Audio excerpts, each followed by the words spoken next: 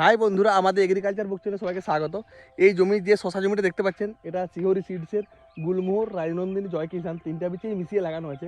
গাছের গ্রোথ কিন্তু খুব ভালো। কিন্তু আমরা এখন এই ছোটোবেলায় সবাই একটা ভুল করে থাকি। বড়োবেলায় আমরা যে বারবার বলি যে দাদা আমাদের কাছে শুধু পুরুষ ফুল, স্ত্রী ফুল নেই বা অতিরিক্ত ফল আসছে না, তার জন্য আমরা তখন নানা রকমের চিন্তা ভাবনা যা পারি করি। কিন্তু এই ছোটোবেলায় একটা ভালো ওষুধের নাম বলবো, যেটা এই সময় যদি ব্যবহার করা যায় তাহলে কিন্তু সেই সমস্যাটা আর হবে না। পরবর্তীকালে আমাকে বারবার যেহেতু প্রশ্ন করেন যে দাদা আমার কাছে পুরুষ ফুল বেশি আসছে, ফল আসছে না, এই বীজ সেই বীজ, দেখুন আপনি কোন বীজ লাগিয়েছেন সেটার উপরে ওটা ভেরি করে না। অনেক ক্ষেত্রে পুরাতন বীজ বা কাঁচা শসার বীজ যদি থাকে সেক্ষেত্রে কিন্তু এইসব সমস্যাগুলো হতেই পারে।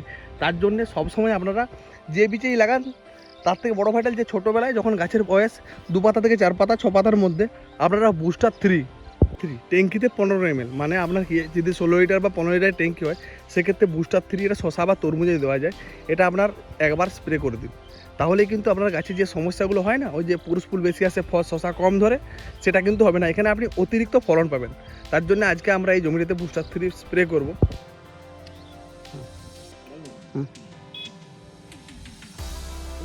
হুম, সবসময় ওষুধ দেওয়ার সময় আমি একটা আপনাকে কী বলেছিলাম বলুন তো, যে ওষুধ কিন্তু ভালো করে মেশাতে হবে। এবারে সবসময় আপনি মাঠের মধ্যে লাঠি ডাং কিছু পাবেননি, তার জন্য কি নজেল এখানে ঢোকাবো। তারপরে কি বলুন তো, পুরো ওষুধটাকে আমরা এখানে নজেল একবার চালিয়ে দিলে, মেশিন চালিয়ে দিলে 2 মিনিট আপনার কিন্তু ওষুধটা পুরোটাই ঘাটা হয়ে যাবে। এই এই এই এই কাজটা সমস্ত ওষুধের ক্ষেত্রে আপনারা কিন্তু করতে হবে।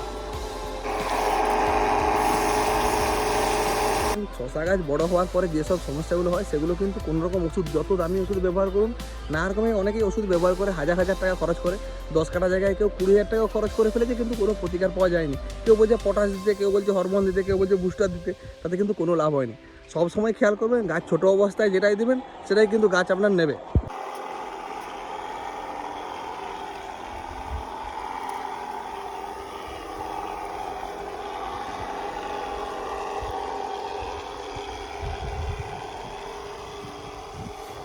দেখুন এখন তো আলুতে যা হওয়ার হয়েই গেছে, আলুতে আমাদের তো কারোই লাভ হয়নি, বাড়ি থেকে 10,000 15,000 করে বিঘা প্রতি খরচ হয়েছে। কিন্তু আজকে আমাদের হাতে শশার দাম কিন্তু ভালোই হবে, কারণ শিলাবৃষ্টিতে আমাদের এলাকা বা অন্য এলাকাও ভালোই মানে ক্ষতি হয়েছে। কিন্তু এবছর গাছ করা খুব জটিল জিনিস, কারণ যেহেতু শিলাবৃষ্টি প্রথমে হয়েছে, শিলাবৃষ্টি হওয়ার সম্ভাবনা আরও আছে। যে গাছ করতে যেহেতু কষ্ট হবে, তাহলে সেই অনুযায়ী কিন্তু ফলের দাম বাড়তেই পারে।